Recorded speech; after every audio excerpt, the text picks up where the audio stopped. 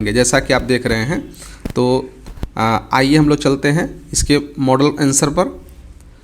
तो इसमें जो सबसे पहला प्रश्न है आपका कि भारतीय परिषद अधिनियम 1861, ठीक है। भारतीय परिषद अधिनियम 1861 में आप देखें तो क्या है इसका परिचय, अगर एक लाइन में लिखना चाहे, चूँकि 8 नंबर का प्रश्न है तो इसमें आपको तो उतना लिखने का न तो स्थान मिलेगा और न ही उतना समय होता है लिखने का। तो मैंने जो यहाँ पर जो लिखा है ये विस्तार पूर्वक लिखा है। आप चाहे तो इसे शॉर्ट्स कर सकते हैं अपनी ज़रूरत के हिसाब से, स्थान के हिसाब से, और चूँकि आप ज़्यादा याद करेंगे तो उसमें से कुछ तो ज़रूर ही लिख पाएंगे, ठीक है। तो हमने सबसे पहले यहाँ लिखा है कि परिचय, ठीक है। तो भारत में विधायी प्रक्रिया में भारतीयों को सीमित भागीदारी की शुरुआत हुई और शक्ति के विकेंद्रीकरण में यह पहला कदम है। तो आप लिख सकते हैं, ऐसा यहाँ पर लिख सकते हैं कि भारतीय परिषद अधिनियम 1861 भारत में विधायी प्रक्रिया में भारतीयों को सीमित भागीदारी करने के लिए शुरुआत की गई थी, ठीक है। यह शक्ति के विकेंद्रीकरण में पहला कदम है। इस प्रकार से आप इन 2 पॉइंटों का सहारा लेकर के आप परिचय लिख सकते हैं, ठीक है। चूँकि परिचय उतना ज़्यादा लिखना भी नहीं है, तो ये दो मुख्य बातें हैं जो आपको लिखनी चाहिए। हम लोग इसके प्रावधानों को देखें तो मुख्य प्रावधानों में क्या है कि कानून बनाने में भारतीयों को शामिल करना, ठीक है। कानून बनाने में भारतीयों को, इसके मुख्य आप ये पॉइंट ज़रूर आप याद रखेंगे, ठीक है। बाकी आपको जो कुछ इनपुट्स जो आपने प्रीलिम्स में पढ़े होंगे उसे यहाँ मिला देंगे। तो सबसे पहला है कि कानून बनाने में भारतीयों को शामिल करना। तो कुछ गैर सरकारी सदस्यों को, जिसमें ब्रिटिश भी हो सकते थे, भारतीय भी हो सकते थे, को अपने विधान परिषद में मनोनीत करने के लिए अधिकृत किया गया, ठीक है। तो उसके बाद इसके अलावा और भी कुछ बातें यहाँ है कि 1862 ईस्वी में तत्कालीन वायसराय लॉर्ड कैनिंग के द्वारा 3 भारतीयों, बनारस के राजा, पटियाला के महाराजा और सर दिनकर राव को मनोनीत किया था। किसने? तो तत्कालीन वायसराय लॉर्ड कैनिंग के द्वारा। तो इसमें हम लोग क्या देख रहे हैं, इस जो टॉपिक है, ये जो आप देख रहे हैं कानून बनाने में भारतीयों को शामिल करना, तो इसमें एक माइलस्टोन यहाँ पर हम लोगों को दिखाई दे रहा है, ठीक है, कि कुछ गैर सरकारी सदस्यों को विधान परिषद में मनोनीत करने को अधिकृत किया गया और उस समय के जो वायसराय थे लॉर्ड कैनिंग, उन्होंने 3 भारतीयों को इसमें मनोनीत भी किया था। तो ये पहला पॉइंट था। दूसरा क्या है कि शक्ति का विकेंद्रीकरण, ठीक है। विकेंद्रीकरण का मतलब आप जानते ही हैं कि जब सत्ता को ऊपर से निचले स्तर पर फैलाया जाता है, ठीक है, लोकतंत्र का एक प्रमुख हम समझते हैं कि नींव है शक्ति का विकेंद्रीकरण। तो इस विकेंद्रीकरण के तरफ 1861 का जो परिषद अधिनियम है वह बढ़ रहा था। तो किस प्रकार से? तो चार्टर अधिनियम 1833 के केंद्रीयकरण की जो प्रवृत्ति है इसको उलट दिया। और विकेंद्रीकरण में हम क्या देख रहे हैं कि बम्बई और मद्रास को विधायी शक्तियाँ जो है इसको बहाल कर दी गई, ठीक है। तो विकेंद्रीकरण इसी प्रकार से हुआ। जो पहले शक्तियाँ जो होती थी, इससे पहले जो शक्तियाँ थी वो किन के पास थी? वो थी ये जो कौन से, ये बम्बई और मद्रास के पास नहीं बल्कि कलकत्ता के पास हुआ करती थी। तो बम्बई और मद्रास को विधायी शक्तियों को बहाल कर दिया गया, कानून बनाने की शक्ति दी गई। हालांकि ये अभी भी था कि गवर्नर जनरल की सहमति अनिवार्य थी, ठीक है, लेकिन जो भी हो प्रयास किया गया। तो दूसरा पॉइंट यह है, ठीक है। तीसरा पॉइंट, नई परिषदों की स्थापना हुई, ठीक है। बंगाल में 1862 में, उत्तर पश्चिमी सीमा प्रांत 1866 में और पंजाब में 1897 में नई परिषदों की स्थापना हुई, ठीक है। तो ये तीसरा पॉइंट हुआ। चौथा आप जो देख रहे हैं यहाँ पर कि पोर्टफोलियो प्रणाली यानी कि विभागीय प्रणाली की शुरुआत हुई, ठीक है। हालांकि पोर्टफोलियो प्रणाली की जो शुरुआत है वो 1859 में ही शुरू की गई थी, ठीक है, कैनिंग के द्वारा, लेकिन विस्तार जो है 1861 के अधिनियम के द्वारा किया गया। किस प्रकार से? तो वायसराय की जो कार्यकारिणी परिषद के प्रत्येक सदस्यों को एक विशिष्ट विभाग, जैसे कि गृह विभाग, राजस्व विभाग, सैन्य विभाग, वित्त विभाग, कानून विभाग, इस प्रकार से।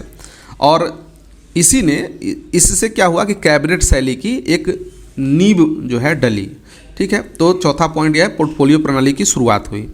और एक महत्वपूर्ण बात यह भी था कि अध्यादेश जारी करने की जो शक्ति है वो वायसराय को दी गई। जो आपातकालीन शक्ति जो आज हम लोग देखते हैं राष्ट्रपति को और राज्यपाल को, इस प्रकार की जो शक्तियाँ देखते हैं, तो आपातकालीन जो शक्तियाँ हैं उसे जारी करने का उसे लागू करने का जो है शक्ति जो है प्राप्त हुआ वायसराय को। ठीक है, हालांकि आज भी हम लोग देखते हैं आपातकालीन अध्यादेश की जो अवधि है वो तो पॉलिटी का अलग प्रोविज़न है, लेकिन यहाँ हम लोग अध्यादेश की अवधि कितना है, 6 माह है। ठीक है, तो ये शक्ति जो है किनको दी गई, वायसराय को दी गई। तो इस प्रकार से हम लोगों ने देखा कि किस प्रकार से भारतीय शासन भारतीय परिषद अधिनियम जो है किस प्रकार से भारत में एक माइलस्टोन था सत्ता प्रशासन के लिए, सरकार के लिए।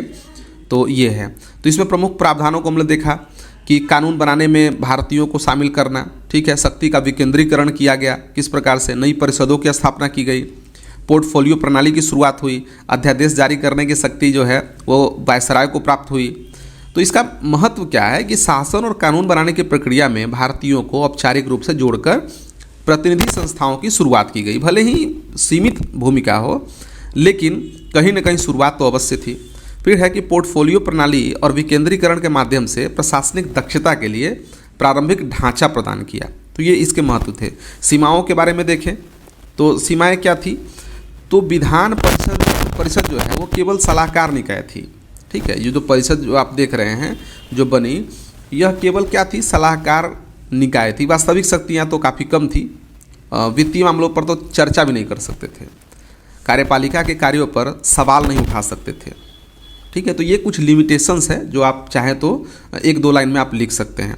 वायसराय की वीटो शक्ति ने भारतीय प्रतिनिधित्व को और कमज़ोर किया। ठीक है, आपको पता है कि वायसराय को अल्टीमेट पावर था, तो भारतीय प्रतिनिधित्व मिल जाने से, ठीक है, मिल जाने से जो कि पावर होनी चाहिए वो पावर तो था नहीं, लेकिन जो भी हो एक छोटा सा ही लेकिन प्रयास था। ठीक है, और गैर सरकारी सदस्य मुख्य रूप से भारतीय कुलीन वर्ग का नेतृत्व करते थे। तो यह भी एक पॉइंट के रूप में लिखा जा सकता है कि जैसे कि आप पटियाला के महाराज, बनारस के राजा जो भी है, और सरदार करवा, ये लोग क्या थे कि कुलीन वर्ग से आते थे। ठीक है, और उनको मनोनीत किया गया था, न कि उनको चुना गया था।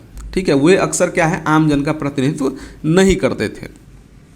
तो इस प्रकार से हम लोगों ने इसके सीमाओं को देखा, और 1-2 लाइन आप चाहे तो निष्कर्ष इसमें लिख सकते हैं कि अतः हम लोग देखते हैं कि 1861 का भारतीय परिषद अधिनियम भारतीय विधायी प्रक्रिया में भारतीयों को सीमित भागीदारी के लिए एक मील का पत्थर साबित हुई। ठीक है, तो ये है, ऐसा लिख सकते हैं। तो हम लोगों ने पहला प्रश्न 1 का ए जो है हम लोगों ने डिस्कस किया। ठीक है, अब बी में देखते हैं, बी में कौन सा प्रश्न है। तो बी में है, हालांकि ये दीर्घोत्तरीय में भी ज़्यादा पूछा जाता है, लेकिन आपसे केवल यह पूछा जा रहा है कि भारत छोड़ो आंदोलन में बिहार की भूमिका। तो हमें एक्स्ट्रा कुछ भी नहीं लिखना है, जस्ट हम लोग बिहार की भूमिका के बारे में ही लिखेंगे, और ऐसा ही हम लोगों ने यहाँ पर लिखने का प्रयास किया है। तो देखें कि भारत छोड़ो आंदोलन 1942 में बिहार की भूमिका अत्यंत महत्वपूर्ण रही और सक्रिय भी रही।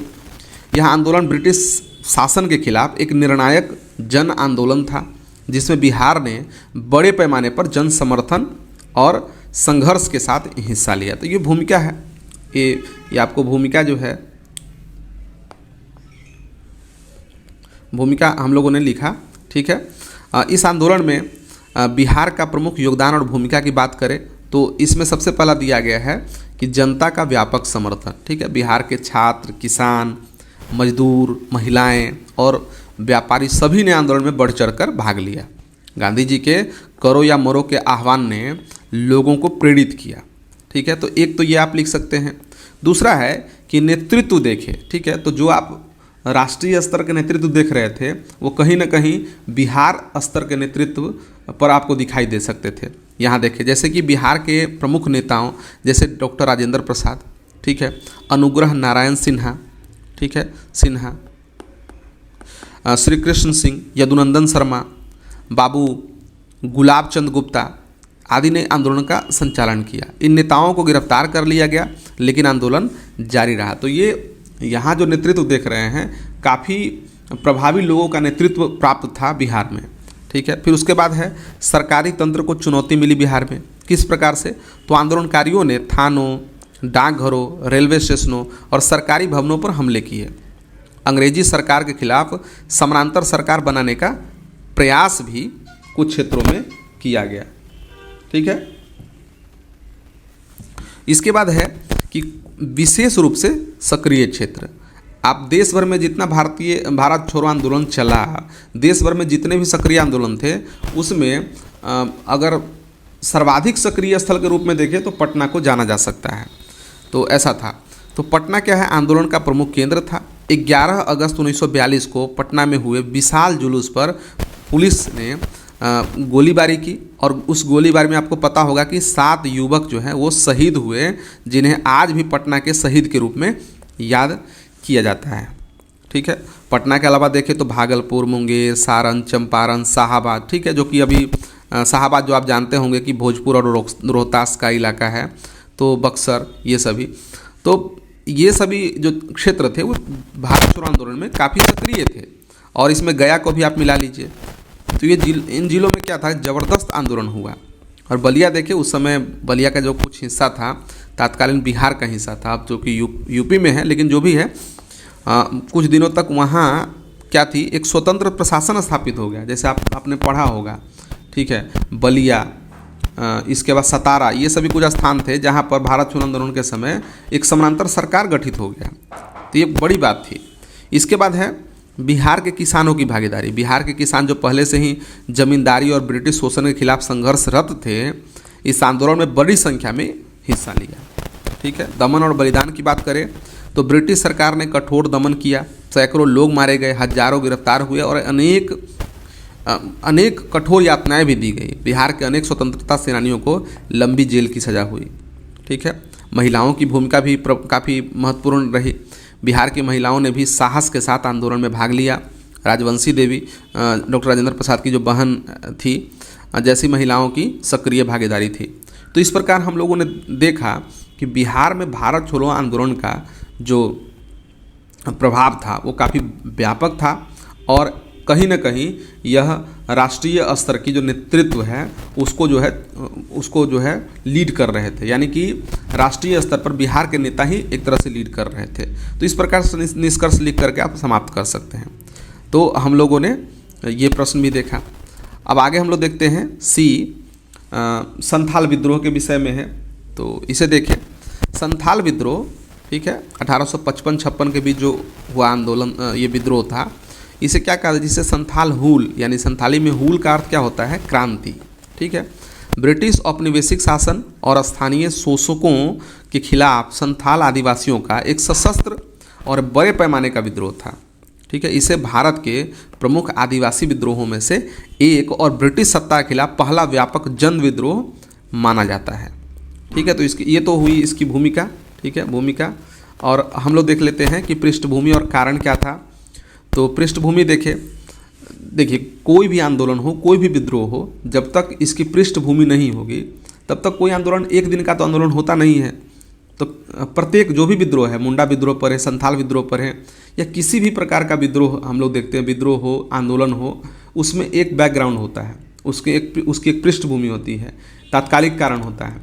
ठीक है। तो उसे हम लोग यहाँ पर देख रहे हैं। तो यहाँ देखिए आर्थिक शोषण। ठीक है। तो आर्थिक शोषण किस प्रकार से संथालों का होता था। तो ब्रिटिश सरकारों ने संथालों को दामन-ए-कोह नामक क्षेत्र में बसाया था, लेकिन क्या था कि भारी भू राजस्व जो है लगाया था।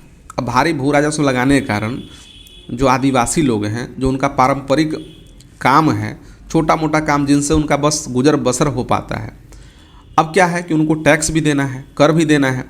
तो जब कर देना हो तो कर कहाँ से लाएंगे, कर की राशि के लिए?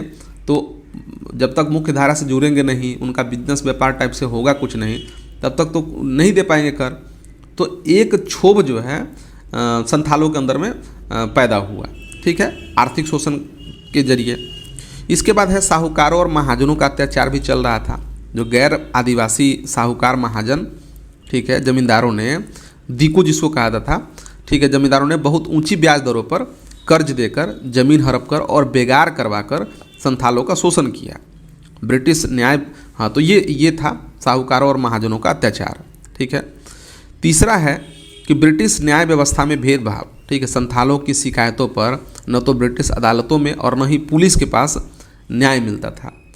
तो क्षुब्धता तो यहाँ भी बरकरार थी। इसके बाद है सांस्कृतिक अवमानना। ये बहुत बड़ा फैक्टर हो सकता है। मैं समझता हूँ कि अभी तक जो भी इसमें देखें तो पहले स्थान पर अगर ये देंगे प्रायोरिटी में, दूसरे स्थान पर ये देना होगा आपको।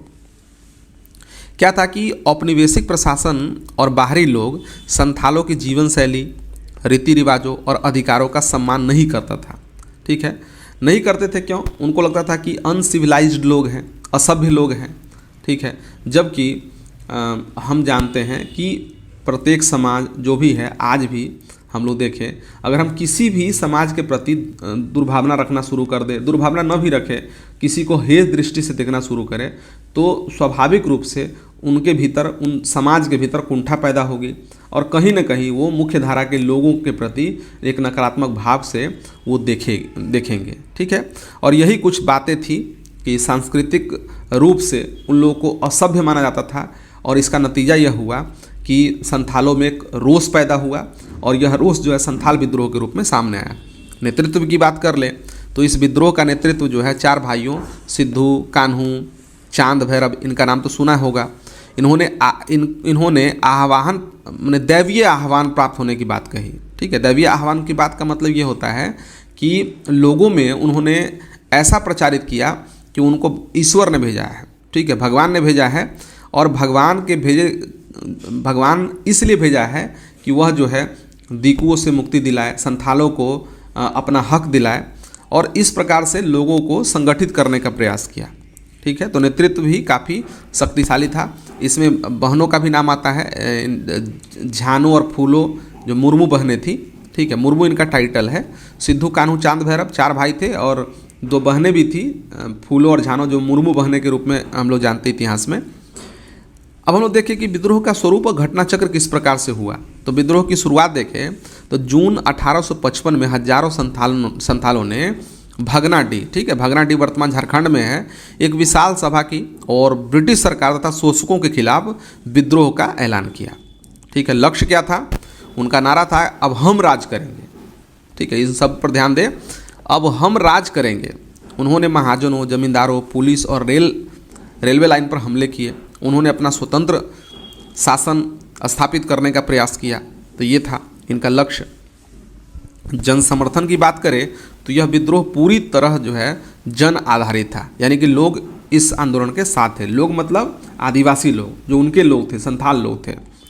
पुरुषों के साथ साथ संथाल महिलाएं जैसे फूलो और झानो, जैसा कि हमने ऊपर बात किया, भी सक्रिय रूप से लड़ी।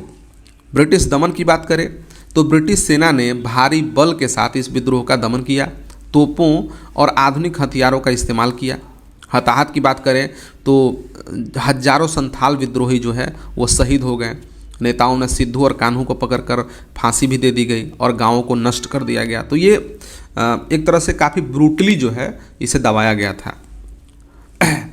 इतिहास अगर हम पढ़ें तो हम देखते हैं आज कितनी भी आप सेखी बघार ले, सभ्यता का हवाला दे दे कि हम सभ्य हैं या फला समाज अहिंसक है, लेकिन हिंसा का जो प्रमाण आपने इतिहास में दिया है, ठीक है, वह इतिहास कभी नहीं भूलेगा। और इन आंदोलनों को हम लोग देखने से हम लोग पाते हैं कि कोई भी सोसाइटी, ठीक है, कोई भी सोसाइटी जो यह दावा करती है कि हम सभ्य हैं, तो इसके लिए अपने इतिहास को खंगाले और सीख ले उससे कि क्या भविष्य में कुछ ऐसा कोई समाज होता है जो इस प्रकार से ब्रूटली उसके हक को मारने के लिए, अगर हक के लिए कोई आवाज़ उठाए तो उसको दबाने के लिए अगर इस तरह का प्रयास करती हो, तो क्या वो अपने आप को सभ्य कह पाएगी? ये सोचने का विषय है। खैर, परिणाम और महत्व को देखें तो संथाल परगना का गठन हुआ। संथाल परगना एक डिस्ट्रिक्ट है, वर्तमान में भी 1856 में गठन हुआ इसका। भारतीय स्वतंत्रता संग्राम की प्रेरणा बनी। जैसा कि हम लोग जानते हैं कि लोगों में एक रोष व्याप्त हुआ। जो पढ़े लिखे लोग थे, जो बुद्धिजीवी लोग थे, उन लोगों ने संथाल विद्रोह को देखा और जब देखा कि इस प्रकार से ब्रूटली कोई जो अपने आप को सभ्य कहने वाला समाज इस प्रकार से दबा रहा है, तो उनके भीतर में एक प्रकार का रोष पैदा हुआ जो राष्ट्रीय स्वतंत्रता संग्राम के लिए प्रेरणा स्रोत का काम किया। ठीक है, आदिवासी अस्मिता और संघर्ष का प्रतीक जो है यह माना जाता है। ठीक है, और ब्रिटिश नीतियों पर प्रभाव भी पड़ा।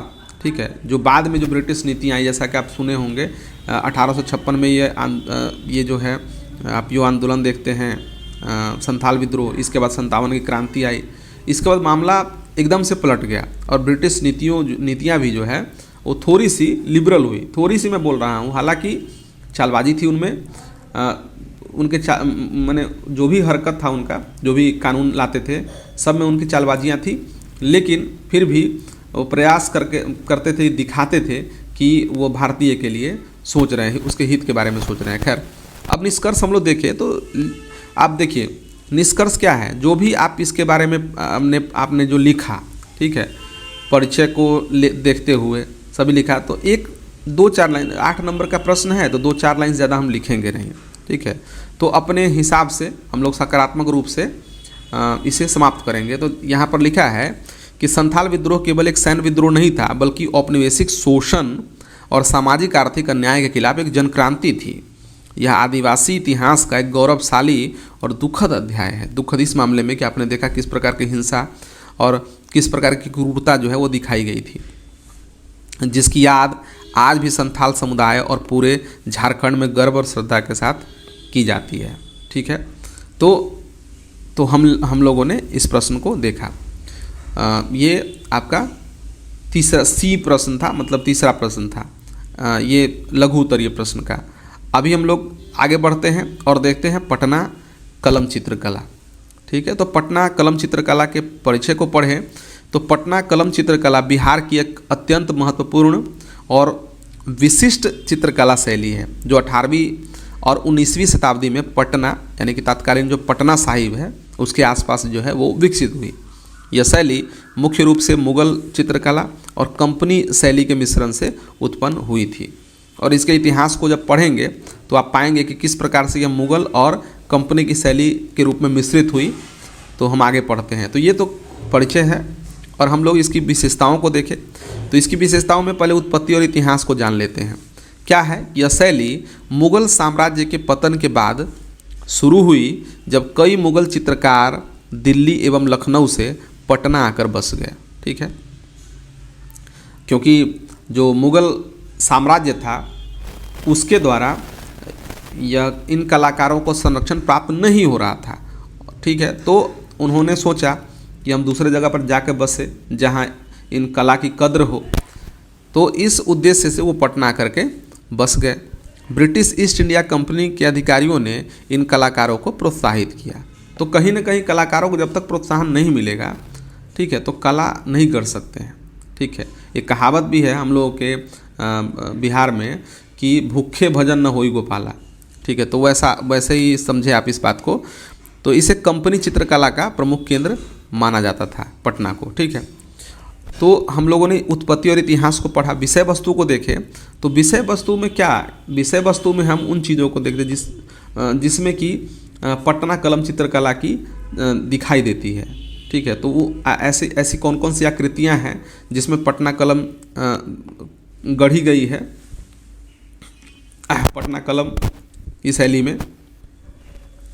तो पटना कलम में जो उसकी विषय वस्तु को देखें तो दैनिक बाजार के दृश्य हुआ करते हैं, स्थानीय व्यवसाय के दृश्य हुआ करते हैं, जैसे कि सुरती बनाने वाला, बढ़ई, कुम्हार, नाई, ये सभी स्थानीय व्यवसायों के दृश्य जो है बनाए जाते हैं। जब आप देखेंगे, अब आइए कभी कोलकाता का विक्टोरिया मेमोरियल, इसके संग्रहालय में आप देखेंगे तो आपको दिखाई दे देंगे, ठीक है। बिहार और पूर्वी भारत के लोगों की वेशभूषा, रीति रिवाज, ये सब भी दिखाई जाती थी पटना कलम चित्रकला में। वनस्पति और जीव जंतुओं को भी इसमें विशेष रूप से पक्षी और मछलियों को दिखाया जाता था। धार्मिक विषय कम थे, ठीक है, लेकिन कभी कभी कृष्ण लीला या स्थानीय देवी देवताओं के चित्र भी हुआ करते थे, ठीक है। तो ये विषय वस्तु इनकी थी। तो हम लोगों ने उत्पत्ति और इतिहास को पढ़ा, विषय वस्तु को पढ़ा। अब शैलीगत विशेषताएं क्या थी उसे हम लोग देख लेते हैं। देखिए, मूल रूप से लघु चित्रकला की बारीक रेखाओं एवं रंगों का सूक्ष्म प्रयोग, ये एक साथ ही सभी बातें लिख दी गई है और इसी प्रकार के आपको प्रयोग करने होंगे अपने लेखन शैली में जब आप 8 नंबर 7 नंबर का प्रश्न लिख रहे होते हैं, ठीक है। तो चूँकि आपके पास इतना शब्द भी नहीं है, समय भी नहीं है और सभी बातों का उल्लेख भी करना है, तो आपको इसी प्रकार की कुछ बातें लिखनी पड़ेगी। यहाँ पर लिखा है मूल रूप से लघु चित्रकला की बारीक रेखाएं एवं रंगों का सूक्ष्म प्रयोग। बारीक रेखाएं, ठीक है। सबसे पहले हम लोग अगर कोई पूछे कि पटना कलम जो है किस प्रकार की चित्रकला का उदाहरण है, तो लघु चित्रकला का उदाहरण है, ठीक है। और इस चित्रकला की खासियत यह थी कि रंगों का काफ़ी सूक्ष्म प्रयोग होता था, काफ़ी बारीक प्रयोग होता था, और उसमें जो रेखाएं बनाई गई होती थी वो काफ़ी बारीक ढंग से, ताकि वास्तविक में और चित्र में कोई अंतर न लगे। इस प्रकार से यह शैली पली बढ़ी। इसके बाद है कि यूरोपीय प्रभाव में भी यह आई। जैसा कि आप देखें कि कंपनी का संरक्षण प्राप्त था, तो स्वाभाविक तौर पर जो है यूरोपीय प्रभाव के कारण इसमें जो है एक प्रोस्पेक्टिव परिप्रेक्ष्य आया, छाया प्रभाव आया और यथार्थवाद का समावेशन हुआ। ये सब कुछ विशेषता थी कि इस शैली में जुड़ती चली गई, ठीक है। शैडो जो पेंटिंग होता है वो, इसके बाद यथार्थवाद, मतलब जो वास्तविक जो जीवन की चीज़ें हैं वो सब जुड़ती चली गई। इससे पहले जो चित्रकला आप लोग देखे हैं उसमें अधिकांशतः राजकीय संरक्षण प्राप्त हुआ करती थी, ठीक है। लेकिन यह पहली शैली अगर मान के चले आधुनिक काल में ही पहली ऐसी शैली थी जिसमें कि आम जनजीवन को चित्रित किया गया था, माने बड़े पैमाने पर। हालांकि इससे पहले भी हुआ करती थी, लेकिन बड़े पैमाने पर देखें पटना कलम चित्रकारी में ही विषय वस्तु हम देखते हैं कि आम जनजीवन से संबंधित अधिकतर था। इसके बाद है कि शैलीगत विशेषताओं में कि पारदर्शी वाटर कलर का प्रयोग होता था, अक्सर हाथ से बने कागज़ पर इस प्रकार से उकेरा जाता था, और जो चित्र होते थे वो काफ़ी जीवंत, ऐसा लगता था कि जैसे कि अगर किसी ने नाई का चित्र बनाया तो लगता था कि नाई एकदम स्पष्टतः है, विस्तृत बनाए जाते थे और यथार्थपूर्ण हुआ करते थे, ठीक है। प्रमुख कलाकारों को देखें तो सेवक राम, जयराम दास, महेंद्र पाल, हीरालाल, ये सभी प्रमुख कलाकार थे। वर्तमान स्थिति की बात करें तो आज यह शैली लगभग लुप्त प्राय है। पटना के खजांची रोड और कुछ परिवार अभी भी जीवित रखने की कोशिश कर रहे हैं। पटना संग्रहालय, ठीक है, Victoria memorial Kolkata, British library और ऑक्सफोर्ड के संग्रहों में इसे उत्कृष्ट नमूने सुरक्षित हैं, आज भी आप देख सकते हैं, ठीक है। तो पटना संग्रहालय में कभी जाकर के देखिए, पटना कलम चित्रकारी के जो भी नमूने वहाँ पर रखे गए हैं उसे देखें। तो अब हम इसका निष्कर्ष लिखते हैं कि पटना कलम को भारत की कंपनी चित्रकला का सर्वश्रेष्ठ उदाहरण माना जाता है, क्योंकि इसमें भारतीय परंपरा और पाश्चात्य यथार्थवाद का अद्भुत संतुलन दिखाई देता है, ठीक है। तो हम लोगों ने बात किया पटना कलम चित्रकला के बारे में, ठीक है। तो आपको एग्ज़ाम में इतना मुझे नहीं लगता कि इतना आप लिख पाइएगा, लेकिन जो भी कुछ बात जो आपको आपके जहन में उस समय आए, ठीक है, वो ज़रूर लिखें। और मेरे हिसाब से 7-8 नंबर अगर समूचा अगर आप देख लेंगे तो 7-8 नंबर लिखने योग्य जो भी हैं आप जरूर लिख पाएंगे। अगला प्रश्न और लघुतरीय प्रश्न का यह अंतिम प्रश्न है, मौर्यकालीन कला एवं स्थापत्य कला। चूँकि अगर बात की जाए पटना कलम के बारे में या मौर्य कला के बारे में, अगर यही प्रश्न 38 नंबर में हो तो काफ़ी कुछ लिखने के लिए होगा, लेकिन आपको समयबद्ध होकर के लिखना है तो उसी प्रकार से आपको लिखना पड़ेगा। मौर्यकालीन कला और स्थापत्य कला को देखें, ठीक है। तो इसका पहले परिचय देख लेते हैं। जो मौर्य काल है भारतीय इतिहास में सबसे पहला सुनियोजित राजकीय संरक्षण प्राप्त कला युग माना जाता है, ठीक है। कला युग देख रहे हैं, मौर्य काल को कला युग की संज्ञा दी गई है। और ऐसा क्यों? सम्राट अशोक के शासनकाल में इस कला ने चरमोत्कर्षता प्राप्त किया। मौर्य कला की सबसे बड़ी विशेषता है पॉलिश की गई पत्थर की टेक्निक, ठीक है। और विदेशी विशेष रूप से जो अचमेनिड जो है फारसी प्रभाव जो है उसका भारतीयकरण जो है वो विशेष रूप से दिखाई देता है, ठीक है। एक शैली है, फारस की शैली है स्थापत्य कला की, तो उसका भारतीयकरण जो है वो दिखाई देता है। मुख्य विशेषताओं में देखें तो इसमें जो सामग्री प्रयोग की जाती थी तो चुनार और मथुरा का बलुआ पत्थर का इसमें उपयोग होता था। अत्यंत चमकदार पॉलिश, आज भी जो है इसकी चमक बरकरार है। एकात्मक निर्माण है, एक ही पत्थर को तराश कर जो है बनाया जाता था, ठीक है। विदेशी प्रभाव देखें तो अचमेनिड फारस से स्तंभ निर्माण, घंटी आकार की जो राजधानी बनती थी वह पशु मूर्ति कला। यहाँ कैपिटल ये वो राजधानी नहीं है, ठीक है। घंटी आकार का जो आप देखेंगे स्तंभों पर जो इस प्रकार से होती थी, तो ये इसके बारे में बात की जा रही है, ठीक है। और भारतीय करण, ठीक है, भारतीय करण, इसमें कमल, बैल, हाथी, सिंह जैसे प्रतीकों का प्रयोग जो है वो किया गया और बौद्ध धर्म का जो है इस पर अच्छा खासा प्रभाव रहा। ये सब भारतीय करण के कुछ उदाहरण थे जो इसमें जुड़ गई, ठीक है। तो पूर्ण रूप से अगर ऐसा भी प्रश्न पूछा जाता है कि क्या यह जो इसकी आलोचना जब की जाती है तो इस प्रकार के जो है बातें की जाती है। खैर हम आगे बढ़ते हैं। प्रमुख कला एवं स्थापत्य कला के प्रकार देखें तो देखिए, सबसे पहला अशोक स्तंभ काफ़ी फेमस है। तो सबसे प्राचीन मौर्य स्थापत्य कला है यह अशोक स्तंभ। इसकी ऊंचाई देखें तो 12 से 15 मीटर, वजन 50 टन तक है। एकास्मक होती है, एकास्मक का मतलब एक ही पत्थर का बना हुआ, इस पर चमकदार पॉलिश की जाती थी। सिंह पर, शीर्ष पर पशु आकृति हुआ करती, जैसा कि सारनाथ में आप देखते हैं उस पशु आकृति में सिंह की पशु आकृति होती थी। रामपुरबा में नटुआ बैल, ठीक है, संकिसा में हाथी, ये सभी शीर्ष पर पशु आकृति जो उकेरी जाती थी। तो जगह के हिसाब से जो है पशु भी बदलते थे, तो ऐसा था। सबसे प्रसिद्ध सारनाथ का सिंह स्तंभ था, जो आज हम जानते हैं कि भारत का राष्ट्रीय चिन्ह भी है। और अन्य प्रमुख स्थानों से भी यह कुछ ये स्तंभ प्राप्त हुए, जिसमें कि लौरिया नंदनगढ़, लौरिया अरेराज, वैशाली, संकिसा, प्रयागराज, इन सभी स्थानों से अशोक के स्तंभ प्राप्त हुए हैं।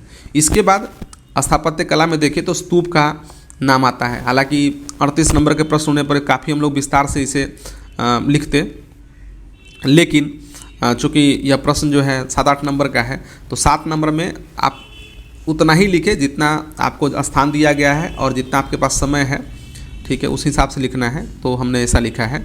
मौर्य काल में बौद्ध धर्म का सबसे प्रमुख स्थापत्य जो है यह स्तूप को माना जाता है, ठीक है। बौद्ध धर्म के हिसाब से अगर देखें तो कहा जाता है अशोकावदान के अनुसार कि अशोक ने लगभग 84,000 स्तूप जो है बनवाए थे, ठीक है। कुछ अतिशयोक्ति भी हो सकती है, लेकिन ये आप जरूर कोट कर दें कि कहाँ यह दिया गया है। तो अशोकावदान में यह ऐसा लिखा गया है। प्रमुख उदाहरण देखें तो सांची का महान स्तूप, ठीक है, मूल गर्भगृह मौर्यकालीन था, बाद में शुंग और सातवाहन काल में इसका विस्तार किया गया। वैशाली, राजगीर, पिपरहवा आदि में मौर्य स्तूपों के अवशेष प्राप्त हुए हैं। विशेषता देखें तो अंडाकार गुंबज होता था, मिट्टी के ईंटों से बना कोर होता था, पत्थर की परिक्रमा पथ और तोरण बाद में जोड़े गए, ठीक है। तो ये शॉर्टकट में स्तूप के बारे में लिखा गया है, तो आप ऐसा लिख सकते हैं। इसके बाद गुफा स्थापत्य को देखें तो अशोक और उनके जो पौत्र हैं दशरथ, इन्होंने बराबर और नागार्जुन गुफाओं में ये गुफा स्थापत्य का निर्माण करवाया। प्रमुख गुफाओं की बात कर ली जाए तो बराबर की गुफा गया बिहार में, लोमस ऋषि गुफा, सुदामा गुफा, विशु झोपड़ी, ठीक है, कर्ण चौपर, ये सभी कुछ गुफाएं हैं जो बराबर की पहाड़ियों में बनाए गए हैं। और नागार्जुन की पहाड़ियों में जो गुफा बनाई गई उसका जो नाम है गोपिका, वर्थिका, वेदिका, ठीक है, ये सभी गुफाएं हैं जो बनाई गई। और इसकी विशेषता क्या थी कि पत्थरों को काटकर अंदर से पूर्ण चमकदार पॉलिश किया जाता था, ठीक है। लोमस ऋषि गुफा का चौखट जो है कमल तोरण से सजा हुआ था। और भारतीय गुफा स्थापत्य का प्रथम उदाहरण जो है यह दिखाई देता है। अब हम लोग एक स्थापत्य में मूर्ति कला को भी देख लें तो स्वतंत्र मूर्तियां बहुत कम मिली है, ठीक है, क्योंकि बौद्ध धर्म में उस समय भगवान बुद्ध की मूर्ति नहीं बनाई जाती थी। क्योंकि मौर्य काल की बात है और अधिकांशतः जो है धार्मिक चीज़ें ही बनाई जाती थी, तो उस समय चूँकि भगवान बुद्ध की मूर्ति बनाई नहीं जाती थी, ठीक है, वो तो महायान जब संप्रदाय के रूप में सामने आया उसके बाद हम लोगों ने बुद्ध की मूर्तियों को देखा, तो वो था। प्रमुख उदाहरण देखें तो यक्ष प्रतिमा, बेसनगर की यक्षी, दीदारगंज से यक्षिणी की मूर्ति, और ये पटना से जो दीदारगंज से जो प्राप्त हुआ यक्षिणी की मूर्ति यह काफ़ी प्रसिद्ध भी है, ठीक है। कहा जाता है कि मौर्य काल की सबसे सुंदर महिला की मूर्ति जो है वो बनाई गई है और चौरंग धारण की हो। चौरंग का मतलब होता है हाथ में इस तरह से एक जो आकृति आप देखते होंगे कहीं, तो इस प्रकार से धारण करते हुए, ठीक है। और एक स्थापत्य में देखते हैं शिलालेख, ठीक है, तो मौर्य कला का यह अभिन्न अंग है, ठीक है। प्रमुख लघु स्तंभ शिलालेख, भाषा इसकी क्या थी, प्राकृतिक ब्राह्मी लिपि में। कुछ जगहों पर खरोष्टी, अरमाइक और यूनानी का भी इस्तेमाल हुआ था।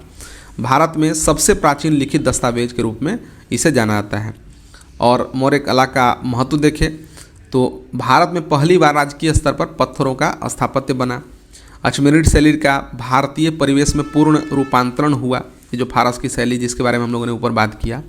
तो इसका भारतीय परिवेश में पूर्ण रूपांतरण हुआ। बाद में कुषाण, गुप्त और पल्लव स्थापत्य की नींव डली। आप जितना भी निर्माण देखते हैं कुषाण काल में, गुप्त काल में, पल्लव काल में और बड़े बड़े स्थापत्य आप देखते हैं, उसका कहीं न कहीं बीजारोपण मौर्य कला में ही हुआ था। भारतीय कलाओं में पॉलिश और एकात्मक स्तंभ की परंपरा का प्रारंभ यहीं से हुआ है। तो कुल मिलाकर हम यह देख सकते हैं कि मौर्य कला में चमकदार पत्थर प्लस फारसी प्रभाव, जो अचमेनिड शैली के बारे में बात हो रही है, फिर भारतीय प्रतीकवाद जिसमें कि आप सिंह, बैल, पशुओं की आकृति और बौद्ध धर्म से जुड़ी हुई चीज़ें थी, वो प्रतीकवाद, और बौद्ध धर्म का संरक्षण, ये सभी मौर्य कला में आपको देखने को मिलती है। तो हम लोगों ने लघु उत्तरीय प्रश्नों की पर चर्चा की, ठीक है। तो अब दीर्घ उत्तरीय पर भी चर्चा कर लेंगे। प्रश्न देखें, ये 70th ये बीपीएससी का पेपर 1 में, ठीक है, पेपर 1 का हिस्ट्री का पोर्शन है। हम लोगों ने लघु उत्तरीय प्रश्न है उसे डिस्कस कर लिया है। अब हम लोग 38 नंबर के जो प्रश्न होते हैं उसमें पहला प्रश्न हम लोग देखते हैं कि चंपारण नील आंदोलन का वर्णन कीजिए तथा क्या करना है, भारतीय संघर्ष जो है, ठीक है, भारतीय स्वतंत्रता संघर्ष पर इसके प्रभावों की व्याख्या करनी है, ठीक है। तो चलिए आगे बढ़ते हैं। इसमें सबसे पहले जो भूमिका लिखी गई है इसे आप ध्यान से देखें। क्या है कि चंपारण सत्याग्रह भारतीय राष्ट्रीय आंदोलन का प्रथम सफल जन सत्याग्रह था, जिसे महात्मा गांधी ने 1917 में बिहार के चंपारण जिले में नील किसानों की मुक्ति के लिए चलाया था, ठीक है। तो ये एक परिचय मात्र लिखा जा रहा है। यह गांधी जी का भारत में प्रथम राजनीतिक प्रयोग था तथा सत्याग्रह को हथियार बनाकर ब्रिटिश साम्राज्य के सामने खड़ा होने का पहला अवसर था। इसे भारतीय स्वतंत्रता संग्राम का प्रथम युद्ध क्षेत्र कहा जाता है, ठीक है। तो ये भूमिका है। अब हम लोगों को जो प्रश्न लिखना है कि चंपारण नील आंदोलन का वर्णन करना है, ठीक है। तो पहले हम लोग पहले पार्ट को पूरा कर रहे हैं। इसमें देखें कि चंपारण में नील की खेती की पृष्ठभूमि पहले देख लेते हैं। तो पृष्ठभूमि क्या था कि 19वीं शताब्दी के मध्य से चंपारण बंगाल प्रेसिडेंसी के अंतर्गत यूरोपीय नील उत्पादकों के अत्याचार का केंद्र रहा। नील की खेती अनिवार्य थी तथा निम्नलिखित प्रथाएं जो है वहाँ पर प्रचलित थी जो इससे जुड़ी हुई थी। इसमें सबसे पहला था 3 कठिया प्रथा। नाम से स्पष्ट है 3 कट्ठा। 3 कट्ठा कितना में? तो 1 बीघा में। 1 बीघा मतलब 20 कट्ठा में।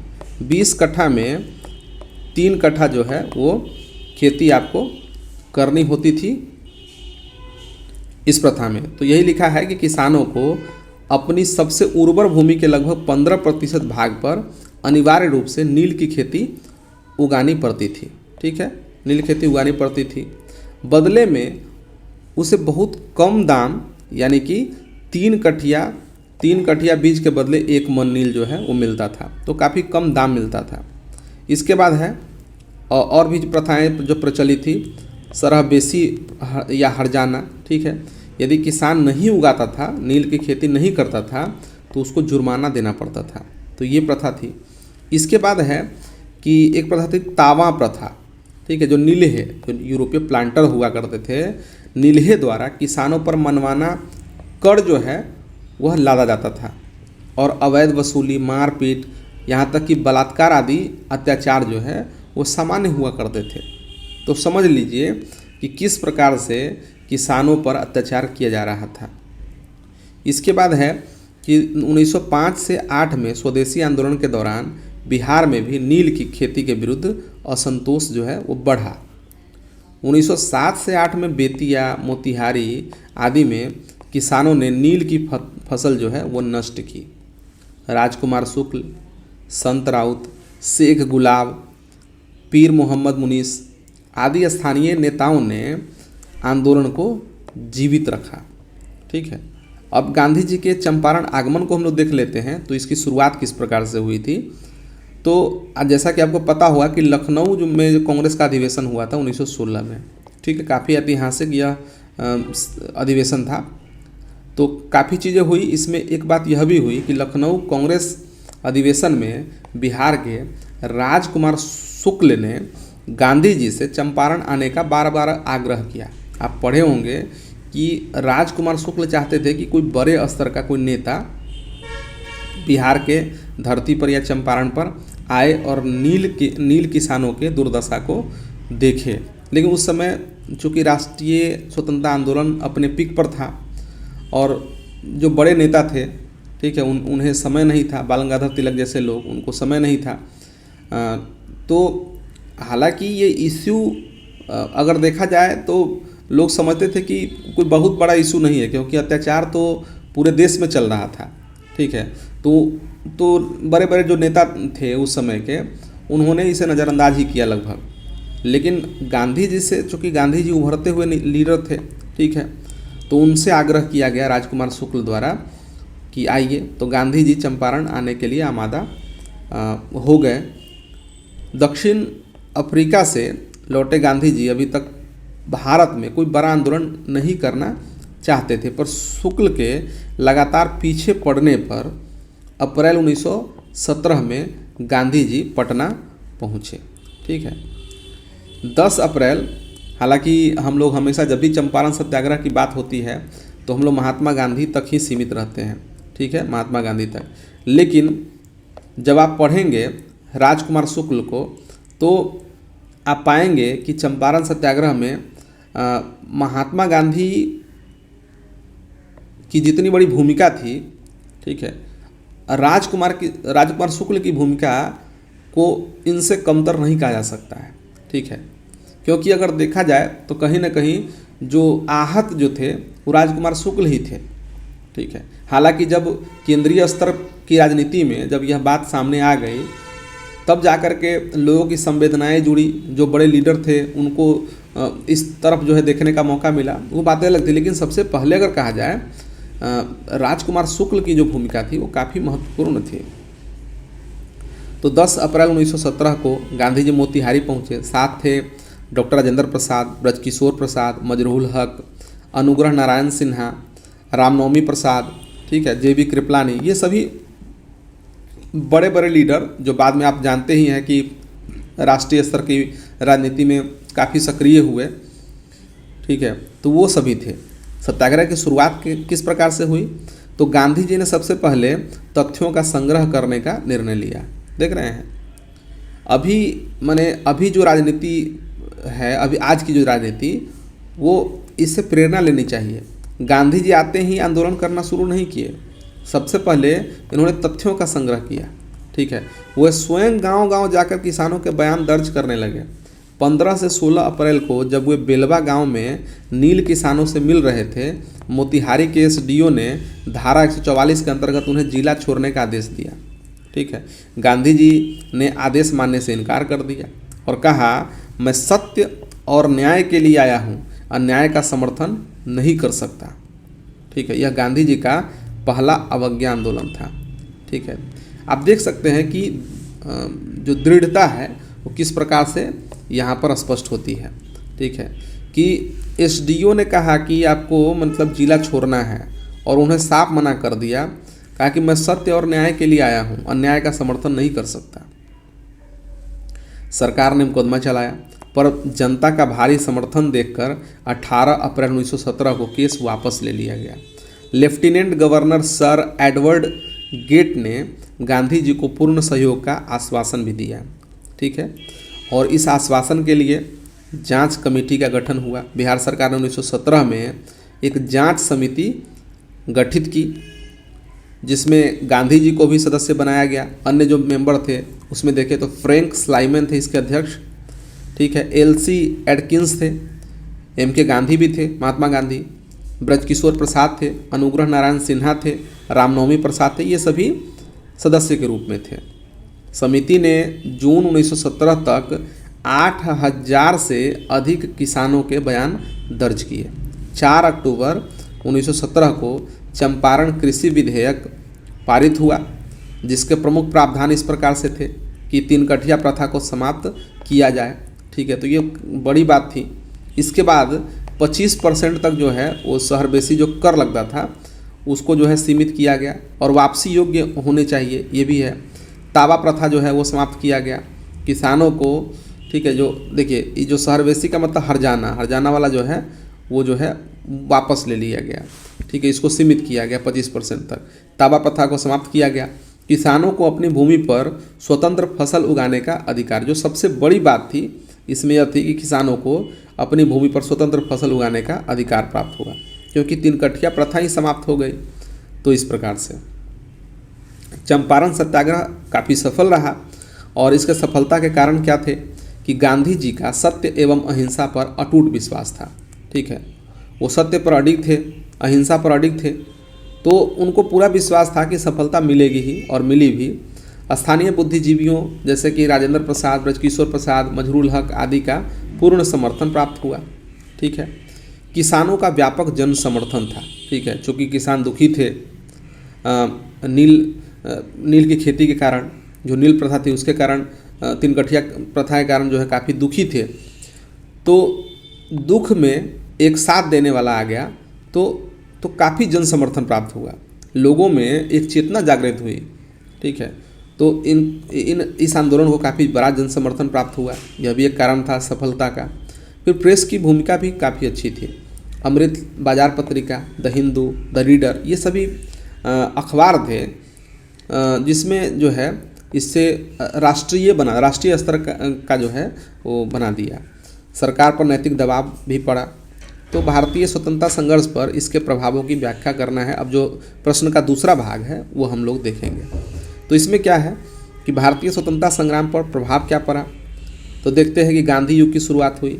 चंपारण सत्याग्रह से भारतीय राजनीति में प्रवेश करने वाले गांधी जी भारतीय स्वतंत्रता संग्राम के आकाश में चमकते तारे के रूप में दृष्टांत हुए। पहले तो ये है कि गांधी युग की शुरुआत हुई, ठीक है। गांधी जी नहीं चाहते थे कि कुछ आंदोलन करे, ठीक है। उसके बाद है कि सत्याग्रह को जन आंदोलन का हथियार बनाया गांधी जी ने। चंपारण सत्याग्रह ने सिद्ध कर दिया कि अहिंसक अवज्ञा से ब्रिटिश शासन को झुकाया जा सकता है। इसके बाद खेड़ा सत्याग्रह, अहमदाबाद मिल्स हड़ताल, ठीक है, असहयोग आंदोलन, नमक सत्याग्रह, भारत छोड़ो आंदोलन, ठीक है। इसी पद्धति के तो विस्तार थे। ये जो आप जितना भी देख रहे हैं वो कहीं ना कहीं चंपारण सत्याग्रह के ही तो विस्तार थे। उन जो आंदोलन की जो शैली थी वो उसी प्रकार की थी। तो क्या हुआ कि भारतीय स्वतंत्रता संग्राम पर एक प्रभाव यह भी पड़ा कि ये जो है सत्याग्रह, ठीक है, सत्याग्रह पहले लोगों को लगता था, जैसा कि 1857 क्रांति में जनजातीय विद्रोह में हम लोगों ने देखा कि लोगों को लगता था कि जब तक सशस्त्र विद्रोह नहीं किया जाए तब तक आंदोलन हो नहीं सकता। लेकिन गांधी जी ने एक बहुत बड़ा प्रयोग किया और सफल प्रयोग किया, सत्याग्रह को जन्म दिया। और आगामी जितने भी आंदोलन हुए या स्वतंत्रता संग्राम से जुड़ी हुई गतिविधियां हुई सत्याग्रह पर केंद्रित थी, जैसा कि आप कुछ उदाहरण यहाँ पर आप लोगों ने देखा, और ये सब सफल आंदोलन है। तो ये थी। इसके बाद क्या है कि किसान आंदोलनों की शुरुआत हुई, ठीक है, किसान आंदोलनों की शुरुआत हुई। इसके बाद भारत में संगठित किसान आंदोलन का प्रथम सफल प्रयोग हुआ। इसके बाद बिहार में किसान सभा जो कि 1929 में बनी, बारदोली सत्याग्रह 1928 में हुआ, संयुक्त प्रांत किसान सभा आदि उभरे। ये सभी किसान आंदोलन की शुरुआत थी, जो कि कहा जाए तो नील विद्रोह या नील सत्याग्रह जो हुआ है उसके बाद का प्रभाव हम लोग देख सकते हैं। इसके बाद है कि बिहारी बुद्धिजीवियों का राष्ट्रीय आंदोलन में प्रवेश हुआ। जैसा कि हम लोग बार बार चर्चा कर रहे थे कि डॉक्टर राजेंद्र प्रसाद, ब्रजकिशोर प्रसाद, अनुग्रह नारायण सिन्हा, श्री कृष्ण सिंह, जेबी कृपलानी आदि चंपारण सत्याग्रह के कारण गांधी जी के निकट आए और बाद में स्वतंत्रता संग्राम के प्रमुख स्तंभ बने, ठीक है। तो बिहारी बुद्धिजीवियों का राष्ट्रीय आंदोलन में प्रवेश हुआ।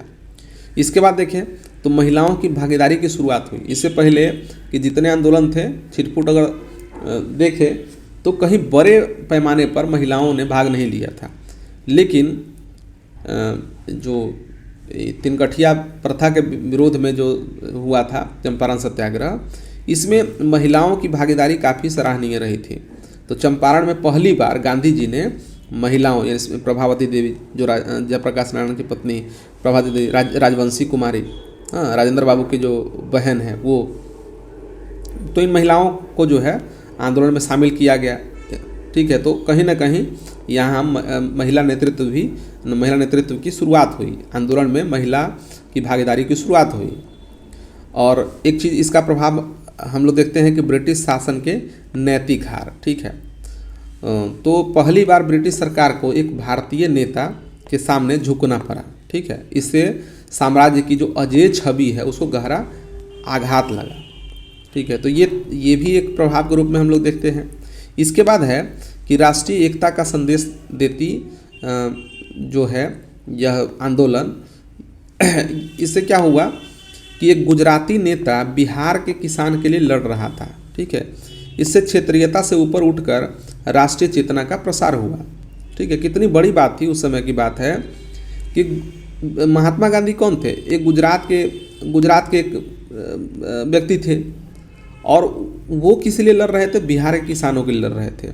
तो लोगों में जो क्षेत्रवाद की भावना थी कि हाँ ये, तो लोग ने क्षेत्रवाद की भावना से जो ग्रसित लोग थे उन लोगों में चेतना जागृत हुई कि किस प्रकार से एक आदमी निस्वार्थ रूप से बिहार के किसानों के लिए लड़ रहा है, ठीक है। तो इससे क्या हुआ कि राष्ट्रीय चेतना का प्रसार हुआ। इससे चंपारण सत्याग्रह केवल नील किसानों के मुक्ति का आंदोलन नहीं था, अपितु भारतीय स्वतंत्रता संग्राम की दिशा और दशा निर्धारित करने वाला था। यह ऐतिहासिक मोड़ था।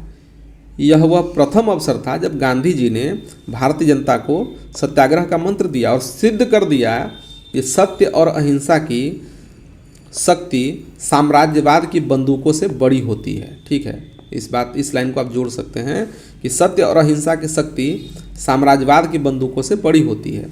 चंपारण सत्याग्रह ने गांधी को महात्मा बनाया और भारत को स्वतंत्रता के पद पर अडिग कर दिया। तो हम लोगों ने दूसरा प्रश्न देखा जो कि क्या था कि चंपारण नील आंदोलन का वर्णन कीजिए तथा भारतीय स्वतंत्रता संघर्ष पर इसके प्रभावों की व्याख्या कीजिए। तो ये दूसरा प्रश्न है, अथवा में दिया हुआ है, तो हम लोग तो इसका भी डिस्कस करने वाले हैं। प्रश्न है,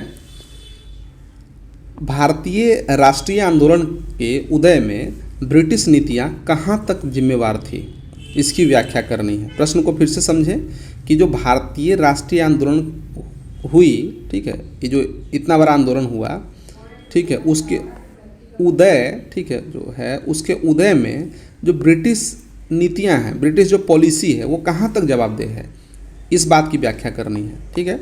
तो पहले तो हम इसका ये क्या बोलते हैं भूमिका इसकी देख लेते हैं कि भारतीय राष्ट्रीय आंदोलन 1857 से लेकर 1947 ईस्वी आधुनिक भारतीय इतिहास का वह महान अध्याय है जिसने उपनिवेशवाद के विरुद्ध संघर्ष को संगठित रूप प्रदान किया। इसका उदय केवल आंतरिक कारकों जैसे कि पुनर्जागरण, सामाजिक सुधार से नहीं अपितु ब्रिटिश साम्राज्यवादी नीतियों के प्रत्यक्ष परिणाम स्वरूप हुआ, ठीक है। ब्रिटिश ईस्ट इंडिया कंपनी के प्रारंभिक शोषण से लेकर ब्रिटिश क्राउन के प्रत्यक्ष शासन 1858 तक नीतियों ने भारतीय समाज के आर्थिक, राजनीतिक, प्रशासनिक एवं सांस्कृतिक ताने बाने को विखंडित कर दिया, जिससे असंतोष का ज्वार उफान पर आ गया। दादा भाई नौरोजी की ड्रेन ऑफ वेल्थ सिद्धांत, ठीक है, और रोमेश चंद्र दत्त की इकोनॉमिक हिस्ट्री ऑफ इंडिया जैसी रचनाओं ने इन नीतियों की शोषणकारी प्रवृत्ति को उजागर किया, ठीक है। तो हम क्या करेंगे कि हम ब्रिटिश नीतियों की जिम्मेदारी को आर्थिक, राजनीतिक, प्रशासनिक एवं सांस्कृतिक आयामों, ठीक है, आयामों से विश्लेषित करेंगे और स्पष्ट करेंगे कि ये नीतियाँ आंदोलन के उदय की प्राथमिक प्रेरणा किस प्रकार से बनी। तो हम लोग देख लेते हैं कि आर्थिक नीतियों का शोषणकारी चरित्र, ठीक है। तो ब्रिटिश आर्थिक नीतियां भारतीय राष्ट्रीय चेतना के उदय की मूलभूत जिम्मेदार थी, ठीक है, मूलभूत जिम्मेदार थी, क्योंकि इन्होंने देश को एक औपनिवेशिक बाजार में परिवर्तित कर दिया। प्रारंभिक चरण में ईस्ट इंडिया कंपनी ने व्यापारिक एकाधिकार यानी कि मोनोपोली स्थापित किया, जिसके फलस्वरूप भारतीय हस्तशिल्प उद्योग जिसमें कि कपड़ा उद्योग है, धातु उद्योग है, रत्न, ये जो उद्योग है उसका विनाश हुआ, ठीक है।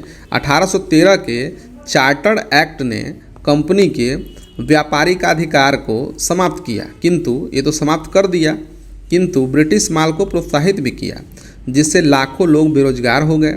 वारन हेस्टिंग्स की रिंग फेंस नीति एवं कार्नवालिस की जो परमानेंट सेटलमेंट है, अस्थायी बंदोबस्त, जो 1793 में आया था, इसने क्या किया, बंगाल में जमींदारों को अस्थायी मालिकाना हक दिया, परंतु किसानों पर भारी लगान यानी कि 50 से 60% का बोझ जो है वो डाला गया, जिससे अकाल एवं ऋण का चक्र चला।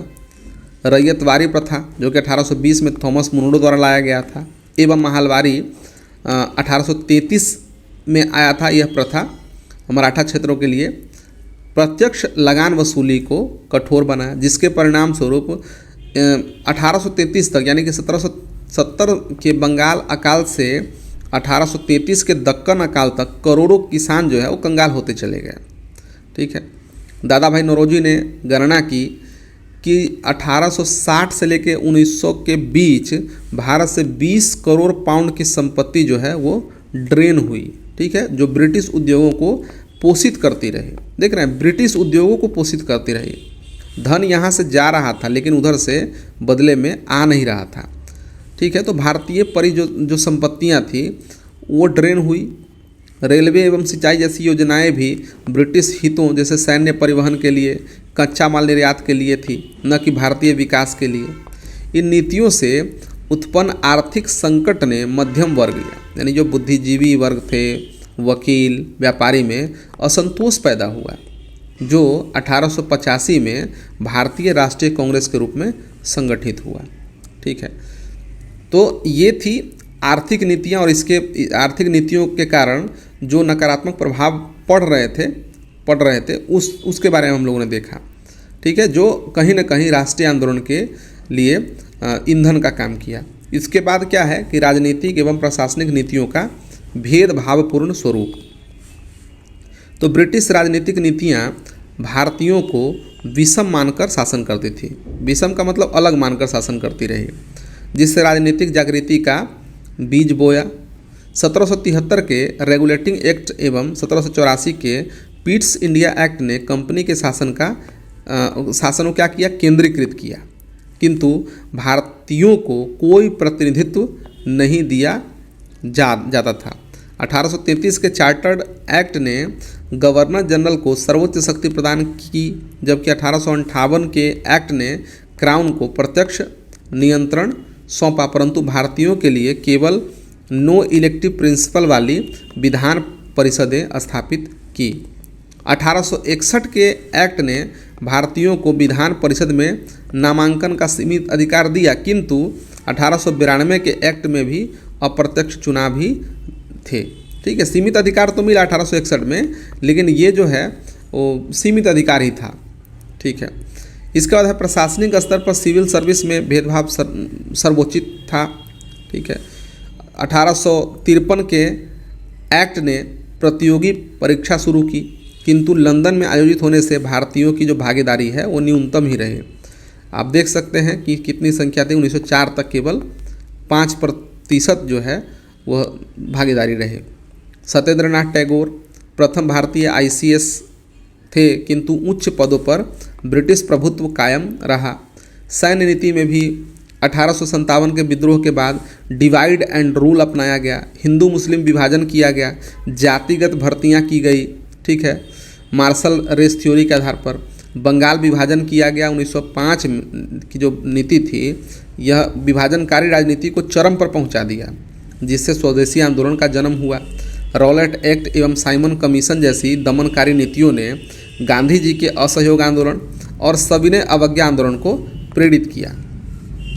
इन नीतियों से भारतीय अभिजात वर्ग यानी कि जमींदार राजा थे एवं मध्यम वर्ग में अपमानजनक भावना जागी, जो राजनीतिक संगठनों जैसे इंडियन एसोसिएशन 1876 में, कांग्रेस 1885 में इसके निर्माण का क्या बनी, आधार बनी। ब्रिटिश नीतियां आंदोलन के राजनीतिक आयामों में 30% जिम्मेदार रही, क्योंकि इन्होंने स्वशासन की मांग को अनिवार्य बना दिया। मतलब ये कह सकते हैं कि ब्रिटिश नीतियों में ये राजनीतिक जो आयाम थे वो काफ़ी जिम्मेदार थे। ठीक है, इसके बाद हम लोग देखते हैं सांस्कृतिक एवं शैक्षणिक नीतियों का पश्चिमीकरण एवं प्रतिरोध। ठीक है, तो सांस्कृतिक जो नीतियाँ थी वो किस प्रकार जवाबदेह थी उसके बारे में है। तो ब्रिटिश सांस्कृतिक नीतियाँ भारतीय पहचान को मिटाने का प्रयास थी, जिससे राष्ट्रवादी प्रतिक्रिया उत्पन्न हुई। लॉर्ड मैकाले की जो मिनट्स ऑफ एजुकेशन 1835 में आया था, अंग्रेजी को प्राथमिकता दी, जिससे क्या हुआ कि डाउनग्रेडेशन ऑफ इंडियन कल्चर हुआ। वुड्स डिस्पैच 1854 ने विश्वविद्यालय स्थापित किए, किंतु ये ब्रिटिश हितों के लिए थे, नौकरशाह तैयार करना। परिणाम स्वरूप एक ब्राउन साहब वर्ग जो है वो उभरा, जो पश्चिमी विचारों जिसमें कि उदारवाद, स्वतंत्रता, ये जो सभी विचार थे पश्चिमी विचार, उससे जो है वो क्या है विचारों से प्रभावित होकर राष्ट्रीय चेतना का वाहक बना। ठीक है, धार्मिक हस्तक्षेप जैसे कि सती प्रथा निषेध जो 1829 में हुआ था, विधवा पुनर्विवाह ने प्रारंभिक सुधार तो किए, किंतु इन्हें सिविलाइजिंग मिशन के नाम पर भारतीय परंपराओं का अपमान किया। ठीक है, ये बोला गया कि हाँ सती प्रथा जो है भारतीय कल्चर कितना खराब है। ठीक है, सती प्रथा खराब था, लेकिन भारतीय कल्चर को इसमें जोड़ करके जो है भारतीय कल्चर को जो है नीचा दिखाया गया। तो ये था मिशनरी गतिविधियां जो 1813 एक्ट में ईसाई प्रचार को जो प्रोत्साहन दिया गया, जिससे क्या हिंदू मुस्लिम में तनाव बढ़ गया। इन नीतियों ने बंगाल पुनर्जागरण, राजा राम मोहन राय, ईश्वरचंद्र विद्यासागर एवं आर्य समाज, जिसमें कि स्वामी दयानंद सरस्वती जैसे सुधार आंदोलन जन्मे, जो राष्ट्रीय आंदोलन की वैचारिक नींव बने। सांस्कृतिक स्तर पर ब्रिटिश नीतियां जो है वो 20% की बात नहीं कहें, मैंने वो जवाब दे रही। ठीक है, अच्छी खासी जो है जवाब दे रही, क्योंकि इन्होंने सांस्कृतिक राष्ट्रवाद, स्वदेशी बायकाट को जन्म दिया। ठीक है, अब क्या है कि ब्रिटिश नीतियों का समग्र प्रभाव एवं सीमाओं को देखें तो ब्रिटिश नीतियों ने बहुआयामी असंतोष पैदा कर राष्ट्रीय आंदोलन को गति दी। आर्थिक शोषण ने किसान मजदूर वर्ग को, राजनीतिक भेदभाव ने अभिजात एवं मध्यम वर्ग को, जबकि सांस्कृतिक हस्तक्षेप ने बुद्धिजीवियों को संगठित किया। 1857 का प्रथम स्वाधीनता संग्राम इन नीतियों, डॉक्ट्रिन ऑफ लैप्स, ग्रीस्ड कारतूस का प्रत्यक्ष परिणाम था। कांग्रेस का गठन 1885 में प्रारंभिक असंतोष का प्रतिफलन था, जो मॉडरेट से लेके जो अतिवादी लोग थे, उग्रवादी लोग एवं गांधीवादी चरणों तक जो है वो विकसित हुआ। माने ये कह सकते हैं कि भारतीय राष्ट्रीय आंदोलन के सभी चरणों में विकसित हुआ। किंतु ब्रिटिश नीतियां एकमात्र जिम्मेदार नहीं थी, आंतरिक कारण भी थे, जैसे कि औद्योगिक क्रांति का अभाव, जाति धर्म विभाजन एवं प्रारंभिक नेतृत्व की सीमाएं भी योगदान करता रही। फिर भी ब्रिटिश नीतियां प्राथमिक उत्प्रेरक जो है वो सिद्ध हुई, क्योंकि इन्होंने शोषण को व्यवस्थित रूप दिया। ब्रिटिश नीतियां भारतीय राष्ट्रीय आंदोलन के उदय में निर्णायक जिम्मेदार रही, क्योंकि इन्होंने उपनिवेशवाद के शोषण के वैचारिक एवं व्यावहारिक संघर्ष का आधार प्रदान किया। ये नीतियां न केवल आर्थिक लूट का माध्यम बनी, बल्कि राजनीतिक अपमान एवं सांस्कृतिक विघटन का प्रतीक भी। परिणाम स्वरूप क्या हुआ कि आंदोलन ने स्वराज का मंत्र दिया, जो 1947 में सफल हुआ। आज़ादी के संघर्ष की यह गाथा सिखाती है कि साम्राज्यवादी नीतियां अंततः स्वयं अपनी कब्र खोदती है। ये लाइन आप जरूर याद रखें कि साम्राज्यवादी नीतियां जो है अंततः स्वयं अपनी कब्र खोदती है। बिहार जैसे क्षेत्रों में चंपारण एवं भारत छोड़ो आंदोलन ने इस जिम्मेदारी को स्थानीय संदर्भ में प्रमाणित किया। तो इस प्रकार से हम लोगों ने इस प्रश्न को देखा, जो कि क्या था कि ब्रिटिश नीतियां जो है, ब्रिटिश नीतियां वो कहाँ तक जिम्मेदार थी भारतीय राष्ट्रीय आंदोलन के उदय के लिए। ठीक है दोस्तों, ये अगला प्रश्न है कि बिहार में 19वीं शताब्दी के मध्य से आगे पश्चिमी शिक्षा के फैलाव का परीक्षण करना है।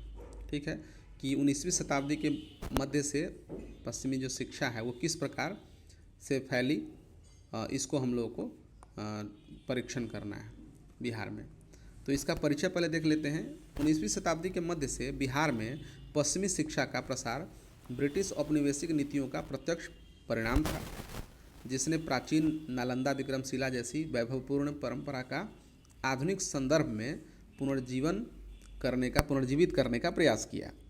1833 के चार्टर्ड एक्ट, 1835 के मैकाले मिनट्स के बाद पश्चिमी शिक्षा को प्राथमिकता मिली, जो डाउनवर्ड फिल्ट्रेशन थ्योरी पर आधारित थी। यह शिक्षा अंग्रेजी माध्यम, विज्ञान एवं उदारवादी विचारों पर केंद्रित थी, जिसका उद्देश्य क्या था कि सस्ते क्लर्क तैयार करना। ठीक है, सस्ते क्लर्क तैयार करना।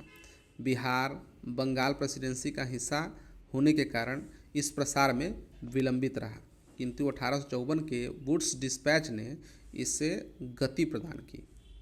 हम इस प्रसार के चरणबद्ध विकास, संस्थागत विस्तार, चुनौतियों एवं सामाजिक प्रभावों का परीक्षण करेंगे, जो बिहार के आधुनिकीकरण की आधारशिला सिद्ध हुए। तो ये इसकी भूमिका थी। आगे है कि ऐतिहासिक पृष्ठभूमि एवं नीतिगत ढांचा को देख ले तो 19वीं शताब्दी के प्रारंभिक चरण में पश्चिमी शिक्षा का प्रसार जो है वो सीमित था। 1813 के चार्टर्ड एक्ट ने शिक्षा हेतु धन आवंटित किया, किंतु कार्यान्वयन 1823 तक विलंबित रहा।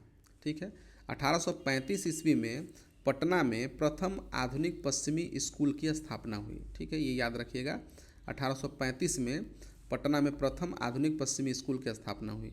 उसके पश्चात पूर्णिया 1835 में एवं 1836 ईस्वी में बिहार शरीफ, आरा एवं छपरा में जिला स्कूल खोले गए। मैकाले मिनट्स ने अंग्रेजी को भारतीय संस्कृति के ह्रास का माध्यम बताते हुए पश्चिमी शिक्षा को, यहाँ पर शिक्षा लिखना चाहिए, पश्चिमी शिक्षा को श्रेष्ठ घोषित किया, जिससे 1844 में सरकारी नौकरियों में अंग्रेजी अनिवार्य हो गई। ठीक है, 1857 के विद्रोह के बाद शिक्षा का विकेंद्रीकरण हुआ। 1854 का वुड्स डिस्पैच ने प्राथमिक स्तर पर वर्नाक्युलर, माध्यमिक स्तर पर एंग्लो वर्नाक्युलर एवं उच्च शिक्षा पर जोर दिया गया। बिहार में इसका प्रभाव पटना कॉलेज 1863 में इसकी स्थापना में दिखा, जो कलकत्ता विश्वविद्यालय से संबद्ध था उस समय। हंटर कमीशन 1882 से लेकर 1883 ने प्राथमिक शिक्षा को जिला बोर्डों के हवाले किया एवं माध्यमिक शिक्षा को साहित्यिक एवं व्यावसायिक धाराओं में विभाजित किया। 1902 का जो रेले कमीशन था एवं 1904 का इंडियन यूनिवर्सिटी एक्ट जो था, उसने क्या किया कि विश्वविद्यालय पर सरकारी नियंत्रक बढ़ाया। ठीक है, सरकारी नियंत्रण जो है वो बढ़ाया। 1917 से लेकर 19 का सैडलर कमीशन ने स्कूली शिक्षा माने स्कूल शिक्षा को 12 वर्षीय बनाया एवं इंटरमीडिएट के बाद ही कॉलेज प्रवेश की सिफारिश की। पटना यूनिवर्सिटी 1917 में स्थापित की गई, इसी का परिणाम था। हार्टोग समिति 1929 ने उच्च माध्यमिक शिक्षा को सीमित कर व्यावसायिक पाठ्यक्रमों पर जोर दिया। 1944 का सर्जेंट प्लान ने निरक्षरता उन्मूलन एवं इंग्लैंड स्तर की शिक्षा का लक्ष्य रखा, किंतु कार्यान्वयन अपूर्ण रहा। इस नीतियों ने बिहार में पश्चिमी शिक्षा को व्यवस्थित रूप दिया, किंतु औपनिवेशिक हितों का मतलब है क्लर्क तैयार करना के अधीन रहा। अब हम लोग देखते हैं इसका संस्थागत विस्तार किस प्रकार से हुआ। तो पश्चिमी शिक्षा का प्रसार संस्थागत स्तर पर उल्लेखनीय रहा। प्राथमिक एवं माध्यमिक स्तर पर 1835 से लेकर 50 के दशक में शहरी क्षेत्रों तक सीमित स्कूल स्थापित हुए। 1813 में देवघर, मोतिहारी एवं चाईबासा में जिला स्कूल खोले गए। लड़कियों की शिक्षा में पहला प्रयास 1847 में पटना के सेंट जोसेफ स्कूल से हुआ। इसके बाद 1867 में 2 अन्य पटना स्कूल जो है वो खोले गए। 1914 की समिति ने महिलाओं के लिए इंटरमीडिएट एवं कॉलेज स्तर की सिफारिश की, जिससे 1940 में पटना वुमेंस कॉलेज की स्थापना हुई। ठीक है, पटना वुमेंस कॉलेज की स्थापना हुई। उच्च शिक्षा में पटना कॉलेज 1863 प्रारंभिक केंद्र था, जहां मानविकी एवं विज्ञान पाठ्यक्रम चले। ठीक है, 1919 में भौतिकी एवं रसायन विज्ञान विभाग जो है वो शुरू हुए, जो 1927 में पटना साइंस कॉलेज बने। पटना विश्वविद्यालय 1917 बिहार का प्रथम विश्वविद्यालय था, जिसमें 30 से अधिक संबद्ध कॉलेज थे। अन्य प्रमुख संस्थाएं देखें तो TNB कॉलेज भागलपुर 1883 में स्थापित हुआ था। BN कॉलेज पटना 1897 में, LS कॉलेज मुजफ्फरपुर 1899 में स्थापित हुआ। तकनीकी शिक्षा में 1886 में बिहार इंजीनियरिंग स्कूल, बाद में 1932 में बिहार कॉलेज ऑफ इंजीनियरिंग, वर्तमान में NIT पटना जो है वो स्थापित हुआ। 1902 में पूसा कृषि अनुसंधान केंद्र एवं 1926 में धनबाद का इंडियन स्कूल ऑफ माइंस, वर्तमान में IIT ISM है, खनन प्रौद्योगिकी के लिए महत्वपूर्ण सिद्ध हुए। चिकित्सा शिक्षा में पटना मेडिकल कॉलेज 1925, पूर्व में Prince of Wales medical college था यह, ठीक है, प्रथम था। चिकित्सा शिक्षा में पटना मेडिकल कॉलेज जो है वो प्रथम था। 1930 में पटना वेटरनरी कॉलेज एवं 1947 में गवर्नमेंट स्कूल ऑफ आयुर्वेदा एक कॉलेज स्तर पर स्थापित हुए, ठीक है। धार्मिक एवं सामाजिक संगठनों ने भी योगदान दिया।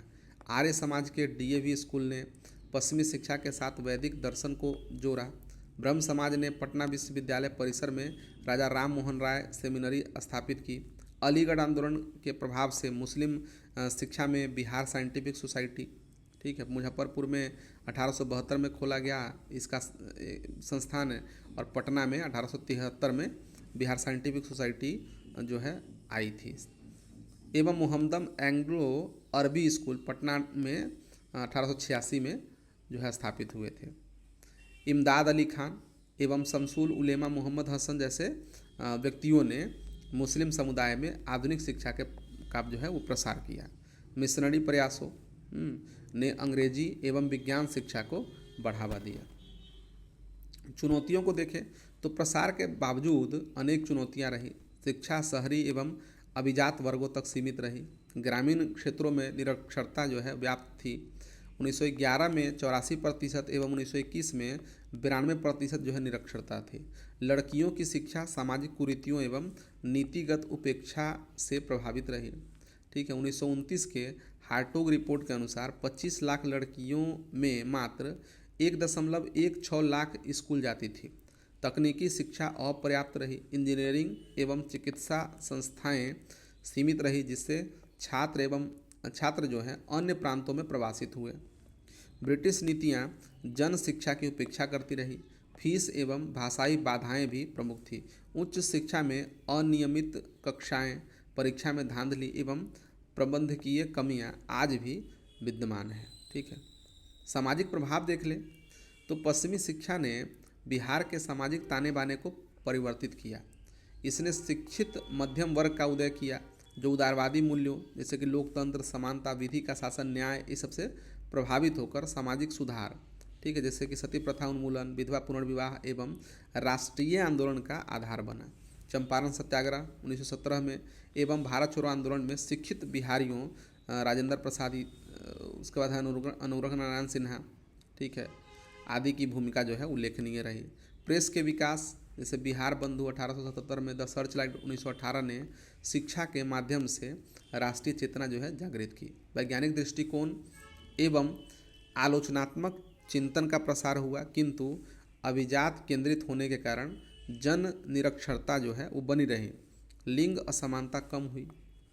19वीं शताब्दी के मध्य से बिहार में पश्चिमी शिक्षा का प्रसार औपनिवेशिक आवश्यकताओं से प्रेरित होकर भी सामाजिक परिवर्तन का वाहक बना। पटना विश्वविद्यालय एवं पटना कॉलेज जैसे संस्थानों ने बिहार को आधुनिक भारत का अभिन्न अंग बनाया, किंतु ग्रामीण महिला उपेक्षा एवं तकनीकी कमी जो है वह चुनौतियां रही। यह प्रसार न केवल बिहार के बौद्धिक परिदृश्यों को समृद्ध किया, अपितु स्वतंत्रता संग्राम एवं आधुनिक शासन की नींव रखी। आज़ादी के बाद भी इनकी विरासत बिहार के शैक्षिक परिदृश्यों को आकार दे रही है, जो समावेशी विकास की मांग करती है, ठीक है। तो हम लोगों ने प्रश्न पढ़ा कि किस प्रकार से बिहार जो है, बिहार में 19वीं शताब्दी के मध्य से आगे जो है वो पश्चिमी शिक्षा का फैलाव हुआ, इसका हम लोग परीक्षण कर रहे थे, ठीक है। दोस्तों, आज के लिए जो अंतिम प्रश्न है यह है कि महात्मा गांधी के रचनात्मक कार्यों का आकलन कीजिए, ठीक है। तो रचनात्मक कार्य क्या थे और महात्मा गांधी ने ऐसा क्यों किया, सभी प्रश्नों का जवाब हम लोग इसमें देख पाएंगे, ठीक है। ठीक है। और इससे संबंधित जो भी प्रश्न अगर आपके एग्जाम में आए और इससे जुड़ी हुई वो सभी आप डील कर पाएंगे। मैं आपको बता दूं कि ये 17वीं बीपीएससी मेंस पेपर 1 का हम लोग जो है पेपर डिस्कस कर रहे हैं, इतिहास का, ठीक है। आधुनिक भारत का इतिहास, आधुनिक बिहार का इतिहास, कला और संस्कृति, जो बिहार की कला और संस्कृति है उसके बारे में हम लोग पढ़ रहे हैं और ये 17वीं का पेपर है, ठीक है। तो चलिए आइए हम लोग देखते हैं इसका परिचय पहले पढ़ लें कि महात्मा गांधी भारतीय स्वतंत्रता संग्राम के नायक थे, जिन्होंने सत्याग्रह एवं अहिंसा के सिद्धांतों से ब्रिटिश साम्राज्यवाद को चुनौती दी। किंतु उनके कार्य केवल राजनीतिक ही नहीं थे, वे सामाजिक, आर्थिक एवं सांस्कृतिक पुनर्निर्माण पर केंद्रित थे। गांधी जी के रचनात्मक कार्यक्रम का प्रारंभ 1920 के असहयोग आंदोलन से जुड़ा, जो 1934 में हरिजन पत्रिका एवं 1941 में पुस्तक के रूप में विस्तृत हुआ, ठीक है। यह कार्यक्रम स्वतंत्रता प्राप्ति पश्चात राष्ट्र निर्माण की नींव रखने का माध्यम था, जिसमें 18 प्रमुख बिंदु थे। इसका आकलन करते हुए हम देखते हैं कि ये कार्य भारतीय समाज की जड़ों को मजबूत करने वाले थे, किंतु कुछ सीमाओं के कारण पूर्ण सफलता से वंचित रहे। यह आकलन गांधी जी की दर्शन शास्त्रीय दृष्टि, जो कि हिंद स्वराज में 1909 में है, एवं व्यावहारिक प्रयासों जिसे कि सेवाग्राम आश्रम पर आधारित है। तो हम लोग अब सीधे सीधे पहुंचते हैं कि रचनात्मक कार्य का वर्णन कर रहे हैं और साथ में उसका आकलन भी हम लोग करते चलेंगे।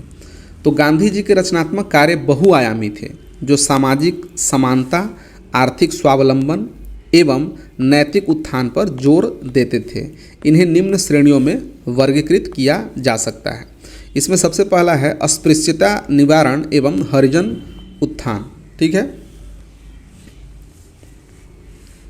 गांधी जी ने अस्पृश्यता को सामाजिक कैंसर माना एवं 1932 के पूना पैक्ट से लेकर 1947 तक हरिजन सेवक संघ के माध्यम से मंदिर प्रवेश, ठीक है, शौचालय सफाई एवं शिक्षा अभियान चलाएं। 1933-34 में हरिजन यात्रा उन्होंने निकाली दक्षिण भारत में, एवं हरिजन पत्रिका ने दलितों की आवाज़ बुलंद की। तो हम लोगों ने सबसे पहले क्या देखा, अस्पृश्यता निवारण एवं हरिजन उत्थान, ये गांधी जी के रचनात्मक कार्य में से एक थे। अब हम लोग इसका आकलन कर लेते हैं। यह कार्य सामाजिक क्रांति का प्रतीक था, ठीक है। संविधान के अनुच्छेद 17 एवं आरक्षण प्रणाली में इसका प्रत्यक्ष प्रभाव जो है वो दिखता है। डॉक्टर अंबेडकर जैसे विचारकों के साथ संवाद ने दलित चेतना जागृत की, किंतु गांधी जी की हरिजन, ठीक है, संज्ञा एवं वैष्णव दृष्टिकोण ने इसे ऊपरी सुधार तक सीमित रखा। वास्तविक भूमि सुधार की कमी से आर्थिक असमानता बनी रही, जिससे 50-60 के दशक में दलित विद्रोह उभरे। फिर भी यह कार्य लगभग सफल रहा, ठीक है, क्योंकि इसने हिंदू समाज में जाति भेद की जड़ें जो है वो हिला दी। आगे है स्वदेशी एवं खादी का प्रचार, ठीक है। इनका रचनात्मक कार्य था स्वदेशी एवं खादी प्रचार। गांधी जी ने ब्रिटिश माल बहिष्कार के साथ चरखा को स्वराज का प्रतीक बनाया। 1920 के असहयोग से 1942 के भारत छोड़ो आंदोलन तक ऑल इंडिया स्पिनर्स एसोसिएशन ने लाखों चरखे वितरित किए। सेवाग्राम आश्रम में स्वयं चरखा चलाकर उन्होंने ग्रामीण अर्थव्यवस्था को मजबूत करने का प्रयास किया। ये स्वदेशी और खादी का प्रचार उन्होंने किया और ये उनके रचनात्मक कार्य में गिने जाते हैं। आकलन की बात कर लें तो यह आर्थिक राष्ट्रवाद का उत्कृष्ट उदाहरण था, ठीक है। खादी ने ग्रामीण रोजगार सृजित किया एवं स्वतंत्र भारत में खादी ग्रामोद्योग बोर्ड की स्थापना हुई 1956 में। सांस्कृतिक रूप से यह पश्चिमी उपभोक्तावाद के विरुद्ध था, किंतु औद्योगिक विकास, ठीक है, महालनोबिस मॉडल 1950 के दौर में खादी को पुरातन माना गया, जिससे इसका प्रसार सीमित रहा। 1940 के दशक में मात्र 10% ग्रामीणों तक यह पहुंच पाया। फिर भी पर्यावरणीय दृष्टिकोण से यह सतत विकास का प्रारंभिक मॉडल था, जो आज मेक इन इंडिया में प्रतिबिंबित होता है, ठीक है। अगला हम लोग देखते हैं गांधी जी के रचनात्मक कार्य में महिला उत्थान एवं शिक्षा, ठीक है, महिला उत्थान एवं शिक्षा। तो गांधी जी ने महिलाओं को सत्याग्रह का अभिन्न अंग माना। 1919 के रॉलेट विरोध में महिलाओं की भागीदारी एवं 1930 के नमक सत्याग्रह में सरोजिनी नायडू जैसी नेत्रियों को प्रोत्साहित किया गया था। ठीक है। नई तालीम 1937 वर्धा योजना में हस्तशिल्प आधारित शिक्षा पर जोर दिया जो लिंग तटस्थ थी। ठीक है। लिंग तटस्थ का मतलब क्या होता है कि महिला पुरुष के बैरियर से मुक्त थी। इसका आकलन देखें तो यह कार्य लिंग समानता की दिशा में क्रांतिकारी था। स्वतंत्रता संग्राम में महिलाओं की भूमिका, जैसे कस्तूरबा गांधी, कमला नेहरू, ठीक है, तो महिलाओं की भूमिका बढ़ी एवं संविधान के अनुच्छेद 15 में समानता सुनिश्चित की गई कि किसी भी प्रकार के भेदभाव नहीं किया जाएगा लिंग के आधार पर, जाति के आधार पर। ठीक है। तो ये था। नई तालीम ने ग्रामीण शिक्षा को व्यावहारिक बनाया जो बाद में बुनियादी शिक्षा योजना 1957 में बनी, किंतु पितृसत्तात्मक समाज में महिलाओं की सक्रियता सीमित रही। 1940 तक मात्र 5% महिलाएं शिक्षित थी। ठीक है। गांधी जी का मातृत्व पर जोर सशक्तिकरण से अधिक पारंपरिक था। फिर भी यह कार्य जो है सफल रहा क्योंकि इसने सुभाषिनी गांगुली एवं अरुणा आसफ अली जैसे नेत्रियों को उभारा था। ठीक है। रचनात्मक कार्य में अगला है आदिवासी एवं ग्रामीण उत्थान। ठीक है। आदिवासी के लिए 1938 में त्रिभुजन कार्यक्रम शुरू किया गया जिसमें भूमि अधिकार, स्वास्थ्य एवं शिक्षा शामिल थे। चंपारण सत्याग्रह 1917 से प्रारंभिक अनुभव पर आधारित था। यह शराबबंदी एवं सांप्रदायिक सद्भाव की ग्रामीण स्तर पर चले थे ये। ठीक है। आकलन करें तो यह कार्य वंचितों के सशक्तिकरण का प्रतीक था। स्वतंत्र भारत में पंचायती राज 1959 में एवं आदिवासी कल्याण मंत्रालय में इसका प्रभाव जो है वो दिखता है। शराबबंदी ने गुजरात एवं अन्य राज्यों में नीति बनाई। गुजरात में 1960 में बना है, किंतु औपनिवेशिक भूमि नीतियों की जड़ें न सुलझाने से नक्सलवाद जैसे विद्रोह जो है उभरे। 1940 के दशक में मात्र 20% आदिवासी क्षेत्रों तक पहुंचा। ठीक है। तो काफ़ी हद तक सफलता नहीं मिल सकी क्योंकि यह नैतिक अपील पर आधारित था, न कि संरचनात्मक परिवर्तन पर। ठीक है। और एक रचनात्मक कार्य में देखते हैं जो काफ़ी महत्वपूर्ण था कि भाषा एवं सांस्कृतिक सद्भाव, हिंदुस्तानी यानी कि हिंदी उर्दू मिश्रण का प्रसार एवं सांप्रदायिक सद्भाव। 1924 के कोहाट दंगे में हिंदू मुस्लिम एकता जो है वो प्रमुख थे। आकलन में देखें तो यह राष्ट्रीय एकीकरण का साधन था। संविधान की 8वीं अनुसूची में भाषाओं का समावेशन हुआ, किंतु विभाजन ने सद्भाव को चोट पहुंचाई थी। इसे कम ही सफलता मिली। ठीक है। तो समग्र प्रभाव और सीमाओं को देखें तो गांधी जी ने रचनात्मक कार्यों ने स्वतंत्र भारत की नींव रखी।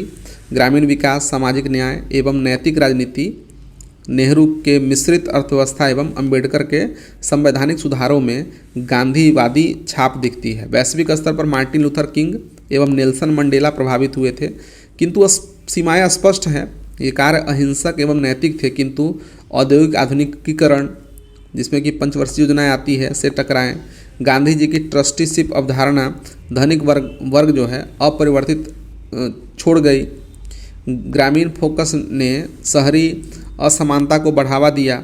फिर भी ये कार्य काफ़ी सफल रहे क्योंकि इन्होंने सर्वोदय यानी कि सभी का उदय का सपना दिया। महात्मा गांधी के रचनात्मक कार्य केवल सुधार नहीं थे, अपितु एक वैकल्पिक सभ्यता मॉडल थे जो उपभोक्तावाद के विरुद्ध स्वावलंबन पर आधारित थे। इनका आकलन सकारात्मक है क्योंकि इन्होंने भारत को नैतिक आधार प्रदान किया, किंतु पूर्णता के लिए संरचनात्मक क्रांति की आवश्यकता थी। आज जलवायु परिवर्तन एवं असमानता के दौर में गांधीवादी सिद्धांत जो है वो प्रासंगिक है। गांधी जी के शब्दों में रचनात्मक कार्य ही सच्चा सत्याग्रह है। यह भारत के पुनर्निर्माण का मंत्र रहेगा। तो इस प्रकार से दोस्तों हम लोगों ने जो इसका जो भी प्रश्न है आपने देखा कि जो भी प्रश्न है ये संक्षिप्त नोट लिखना था। हम लोगों ने भारत परिषद अधिनियम इसे पढ़ा, भारत छोड़ो आंदोलन में बिहार की भूमिका, संथाल विद्रोह, पटना कलम चित्रकला, मौर्यकालीन कला एवं स्थापत्य कला, और इसके बाद चंपारण नील आंदोलन को भी देखा। फिर राष्ट्रीय आंदोलन के उदय में ब्रिटिश नीतियां जो है कहाँ तक जिम्मेदार थी उसे हम लोगों ने देखा। फिर 19वीं शताब्दी के मध्य से पश्चिमी शिक्षा का जो प्रसार हुआ बिहार में, उसे हम लोगों ने देखा, और गांधी जी के रचनात्मक कार्यों का आकलन भी किया। तो इस प्रकार से हम लोगों ने सभी प्रश्नों को देख लिया है।